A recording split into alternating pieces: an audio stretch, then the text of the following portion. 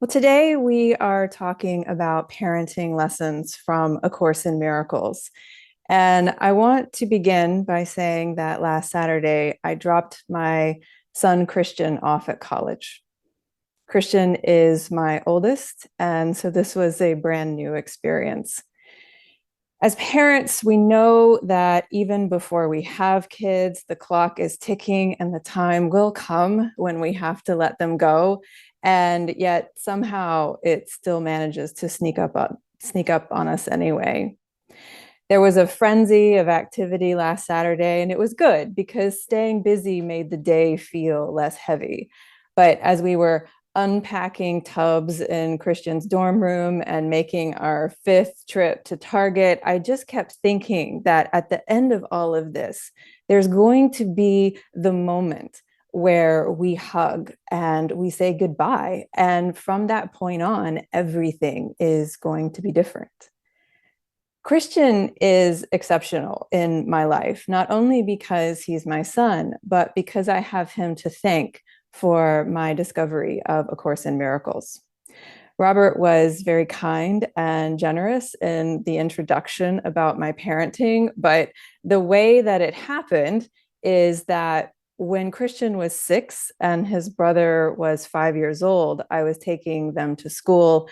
And it was one of those mornings where nothing was going right. I had woken up in a dark place, very angry about everything and nothing. And that anger was being directed right at these two little guys.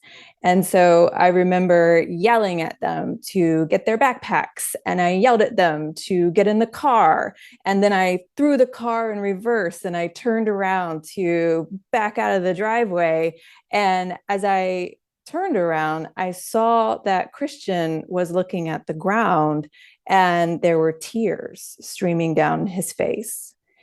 And I asked him what was wrong. And in a moment of truth, he just said, "Mommy, you make me sad." And that was it. I instantly got the weight of what was going on. I got that I was hurting them both tremendously, and that if I didn't fix myself, I was just going to continue to hurt them indefinitely. And so after Christian said that I made him sad, I put the car in park, and right there in the driveway, I asked them both to grab my hand. And their own hands were so tiny at the time that all they could do is grab the very tips of my fingers. And I said to them, "Guys, I don't know what's wrong with me, but I promise you, I am going to find out and I am going to fix it." That was January of 2011, and I discovered A Course in Miracles 8 weeks later.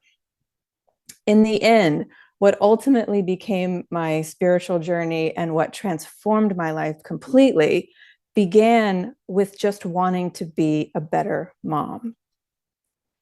And so I thought this would be a good time to talk about what the Course says about parenting, because it's never too late to get it, no matter how old your kids are. But mostly my hope is that knowing these things will prevent one of those moments where your child is clearly suffering and you know you're the cause. This message is for you if you're a parent, obviously, but the Course also says that if you don't have children, there are many who are in need of spiritual parenting. It says that there are many who are born who have not been reborn, and that, quote, human birth, maturation, and development is a smaller version of the much larger process of our spiritual development. So, in other words, even if you're not a biological parent in this life, there's still something that you're meant to do in the spiritual rebirth of the many in need of spiritual parenting. And so, what I want to do here is to begin with a 10,000-foot overview of what the Course says about parenting in general. And then I'm going to drill it down into 3 main themes to keep in mind. Before I get into that, though, I think it's interesting to note that Helen Schuckman's notebooks had a lot more references to parenting than appeared in the original publication of the Course. In that edition, there are 4 references to parents or parent, but there are 24 references in the CE.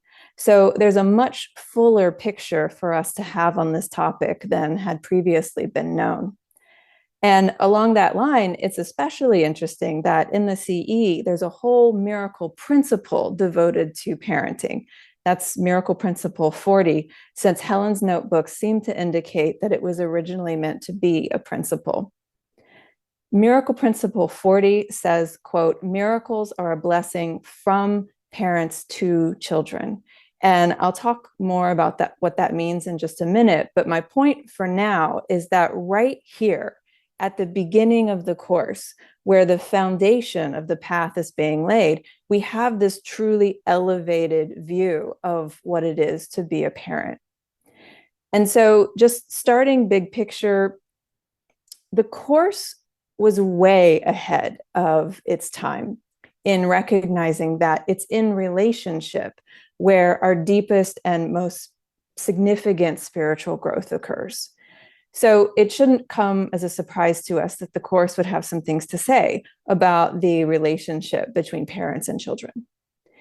In general, if you only remember one thing about the course's approach to parenting, I would give my vote to a line under Miracle Principle 18 that says, quote, children already have the gift of life, and your role as parent is to provide them with the opportunity to express it. So children come through you, not from you, and your most important job is to help them express and maximize the gift of life that they have already received from God. We can think about this in terms of form versus content. On the level of form, you're going to the birthday parties, you're doing the school run, you're trying to get your kids off their phone. But on the level of content, you know that what's going on here is far more sacred than that. You are here to help them along so that they can achieve the purpose of their purpose in this incarnation, which is to learn the lessons of love so that they can go home and take others with them. And this is really important because as parents, it's easy to think that we have kids because it gives us joy and it adds more purpose and more meaning to our lives. And that's certainly true, but the course speaks of our role as parent in terms of what we give versus what we get. You are here in service of the child and not the other way around. And as parents, we can get that right and we can get that wrong. And I'm going to talk about how we get it right a little later. But first, I want to say a few things about how we get it wrong. And we know we get it wrong because we wouldn't have the world that we do if we got it right all the time. And so when it comes to where we go wrong as parents, and I really want you to hear me on this one, the course is particularly concerned with aggression. It does not want us to beat our children, to scold our children, or even to make them afraid. So thankfully, it's less acceptable to spank our kids these days. But I remember when I was growing up, there was a paddle in the closet of my elementary school, and teachers were permitted to use it. Did anyone else have an experience like that? I see some heads nodding. And for those of you who may live in the southern part of the United States, like I do part-time, you'll know the phrase pick a switch, because when you hear pick a switch, that means go outside and pick the branch that you're going to get beat with. And the reason you have to go outside and get your own branch is because dry branches break too easily, and the fresh ones are the ones that sting like a whip. So for many years, we have been trying to marry this idea that you can hit children and love them at the same time, as if violence somehow makes them better. In chapter 3 of the course, Jesus not only strongly opposes that idea, but in the process, he also offers a brilliant answer to the question of whether he himself could have been crucified by a loving father, or that violence against him was necessary to save the rest of us. So in chapter 3, he says, quote, "A parent says this hurts me more than it hurts you and feels exonerated in beating a child. Can you believe that the father really thinks this way? It is so essential that all such thinking be dispelled that we must be very sure that nothing of this kind remains in your mind. I was not punished because you were bad." So there he is outright dismissing the idea that he died for our sins. And then he goes on to say, the wholly benign lesson which the atonement teaches is wholly lost if it is tainted with this kind of distortion in any form. So, in other words, it's silly to think that we can use violence as a way to express love. As Jesus says elsewhere in the Course, love does not kill to save. And it's one of those things that is so obvious, it really shouldn't even have to be said. If you want love, sow love, because sowing pain can only reap pain. As I said, hitting children has thankfully become recognized as the abuse that it is, but the Course goes so far as to say that even scolding children is getting it wrong. In the manual, there's a part where it talks about seemingly casual encounters. And one of those encounters is a child who isn't looking where he's going and runs into an adult by accident. And the manual says that, quote, salvation has come when the adult doesn't scold the child for bumping into him. So it's not just refraining from physical harm. It's refraining from harsh words and even an angry tone with our children, which, as we know, is not an easy target to hit as parents. There's more that could be said about how we get it wrong, but the last thing that I'll add is that you can probably tell that the Course is interested in parents keeping kids physically safe, but it's also interested in us keeping them emotionally safe as well.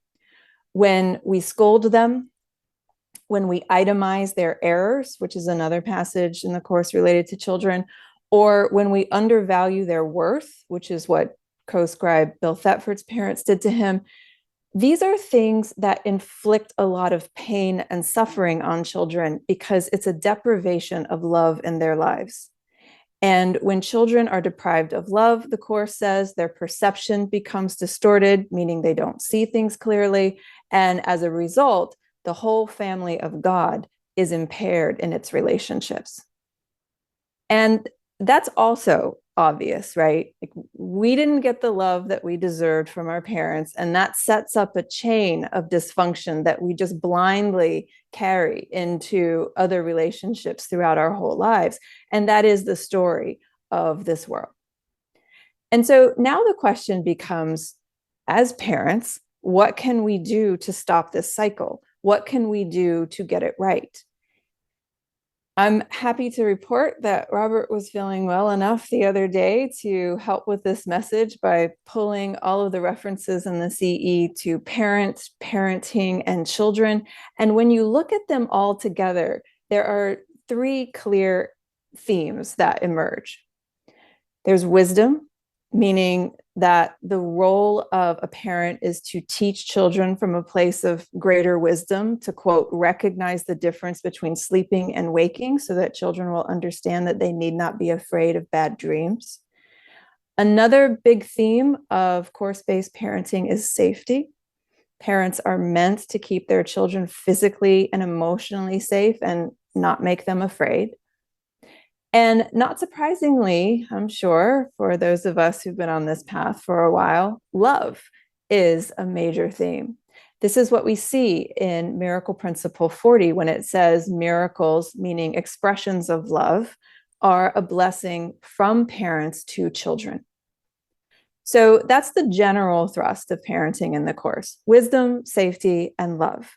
And I want to take each one of these one by one and say a few things about them, starting with wisdom, because in terms of just the sheer number of passages in the course related to parenting, this is the idea that appears the most. And the way that the course consistently presents this theme is through what can be referred to as a cycle. So it starts with children routinely pictured in a state of unreality or illusion. The course talks especially about children playing games, playing with toys, and believing in fairy tales and fantasies. But the child doesn't understand the difference between fantasy and reality. It's all very shaky and uncertain to them. And so this leads directly to their being afraid. And from there, the role of the parent is to step in and teach the child from a place of greater wisdom so that the child can move from illusion to truth. And if that cycle sounds familiar, it's the same basic process that Jesus and the Holy Spirit lead us through in the course. Only we're the children, and we're the ones believing in this world of illusion, which makes us fearful. And from their place of greater wisdom, Jesus and the Holy Spirit lead us from our distorted perspective, which the course says is a form of mental illness, by the way, to sane perception. This is why Jesus often says, "my child," in the course. And he demonstrates the same kind of teaching with us that he wants us to use with our children. It's really interesting to note that at the beginning of the scribing process, Jesus would routinely say to Helen, "I'm not trying to make you afraid," as he would very gently redirect her to what he wanted her to focus on. And that's the idea. When our children are afraid because they don't understand what they see and because their world feels uncertain, our job is to do what Jesus did, to guide them gently and to help them see the truth beyond their fears. In chapter 11, the course says, quote, "Children believe ghosts and monsters and dragons and are terrified. But if they ask someone they trust for the real meaning of what they perceive and are willing to let their interpretation go in favor of reality, their fear goes with it."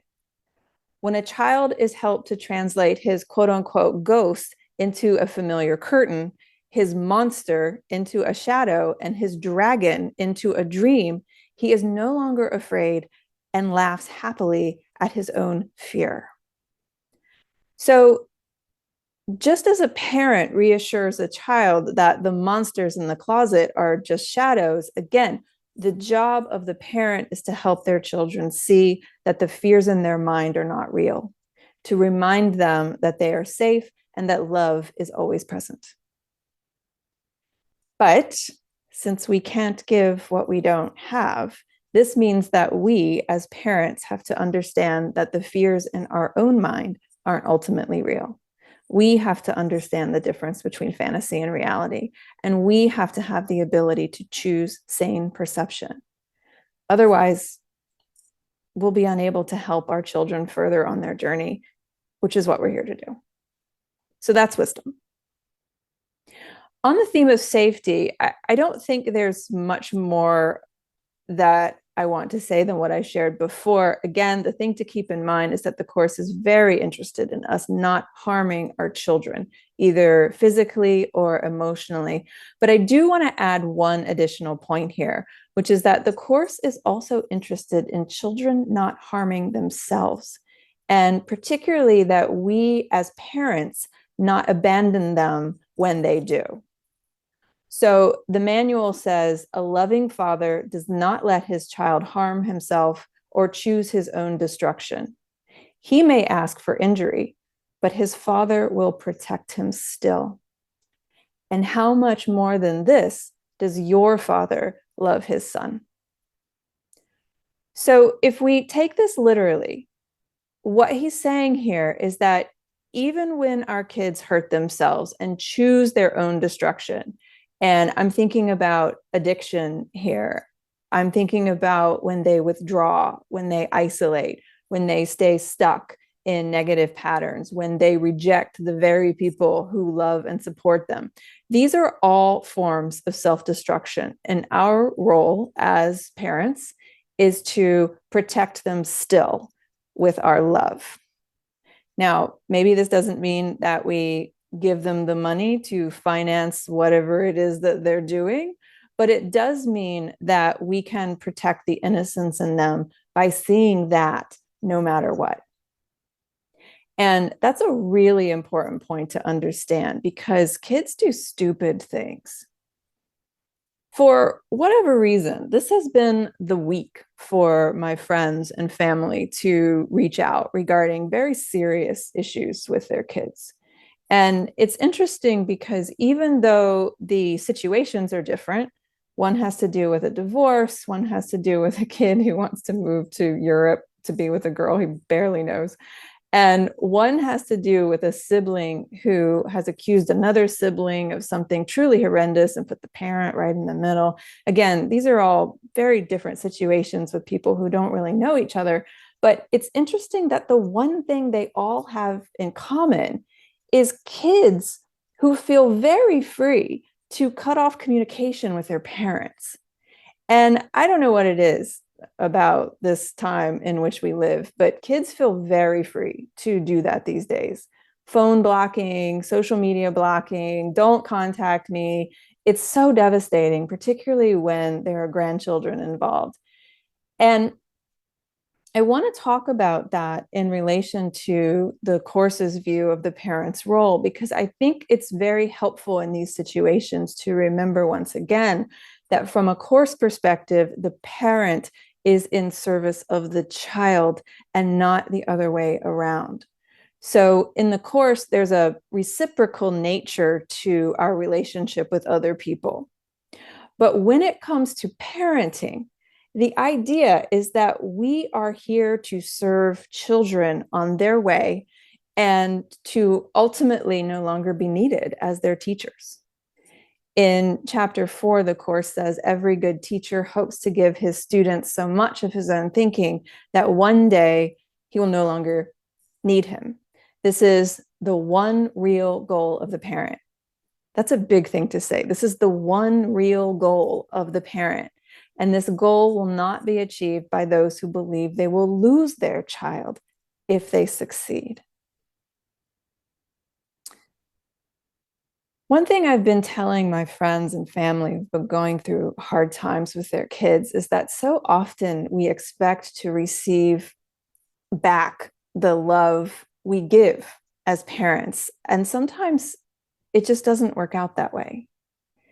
And so to keep in mind what the course says about children not belonging to us as parents, which it says right there in Miracle Principle 40, and to keep in mind that our role as a parent is to be there for them. Again, maybe not always physically, maybe not always with our money, but we can always love them by seeing the invisible divine reality in them, regardless of what they say and regardless of what they do. Going back to the idea of us as children, this is the same love that God extends to us. It's a love that is unwavering, it's forgiving, and it's boundless, no matter what we do here in the world of form. It's a love that is not possessive or conditional. It doesn't depend on us loving God back. And if we cut him off, it's still okay. He loves us just the same. And if we really understood that, then we can become channels through which God's love flows to everyone, not just our children, and thereby we can help everyone to recognize their own divine nature. And along that line, one of the things that I say to Robert pretty often is that I'm convinced that my youngest was sent to teach me how to love unconditionally, because I am very prone to withdraw from difficult people. It's not the most spiritual thing, but so far it's worked. Walling myself off from drama as much as possible has kept my life relatively drama-free. But I've got a teenager who's difficult. And I know that my job is to love him no matter what. I know in my bones that I'm never going to cut myself off from him. And so if I can learn to do that with him, then I can learn to do that with everyone. And that's really the heart of our final category of love. Ultimately, parenting, as the Course sees it, is one big expression of love. This is why Miracle Principle 40 says miracles are a blessing from parents to children. From parents to children. This kind of love that we're called to as a parent is very similar to the Savior concept in the Course. Robert and I did a whole workshop on this idea that's available in Course Companions, but essentially, the Course teaches that we have a sacred responsibility to be saviors of other people. It is such a huge idea in the Course. And what that means is that we have a sacred responsibility to see something sublime, to see something eternal, to see something of God in other people, which heals and awakens them. And that's how we save them. And that's how they save us. And this savior process is so evident in our role as parents. When we see our kids as having unshakable innocence and worth in spite of anything that they've done, and when we convey this perception, this sublime perception, when we convey that to them through our face, through our words, and through our actions, then over time, what happens is that it deposits into their heart a well of love. It deposits into their heart what the Course calls a lasting sense of abundance and a reserve of strength. And this well of love is a beautiful thing to offer our children because it prepares them for the harsh conditions of the world, and it also repairs them from the same thing. Ideally, this kind of love is something that we can give our kids in person.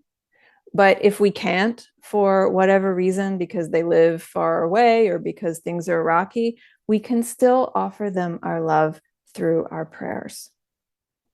The Course says your brother may not know who he is, but there's a light in his mind that does know. And so when you offer your prayers and your love to the light in your child's mind that does know who they really are, you can trust that they're receiving it. And you can trust that they're being saved by it.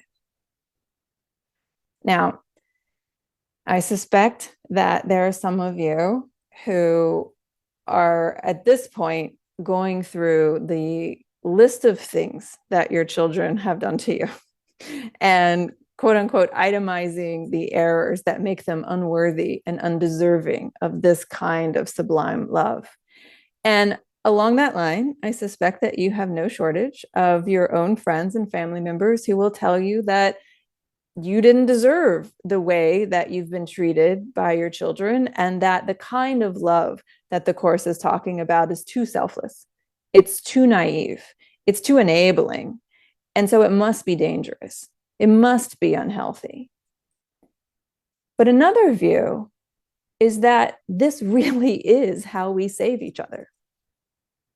Another view is that this kind of love is the one pure thing that can happen in this very impure world, or what the Course calls the spark that shines within the dream.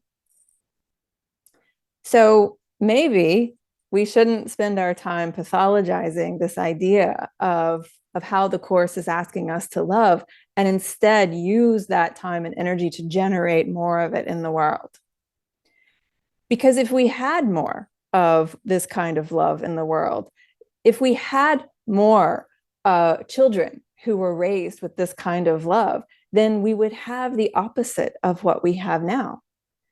We would have masses of people who are truly healthy individuals, people who are able to enter into healthy relationships, people who don't think violence is a way to generate anything good, people who are able to contribute to their functions to achieve a better world, and ultimately people who become parents who are able to raise their own children with the abundance of the same kind of unconditional, boundless love that they were given.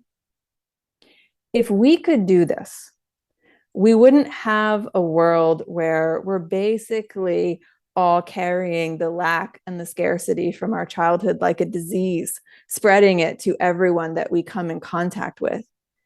Rather, we would have a world where we've inherited such a reserve of love and we have such an abundance of kindness to give to everyone in a way that genuinely helps and heals and saves them.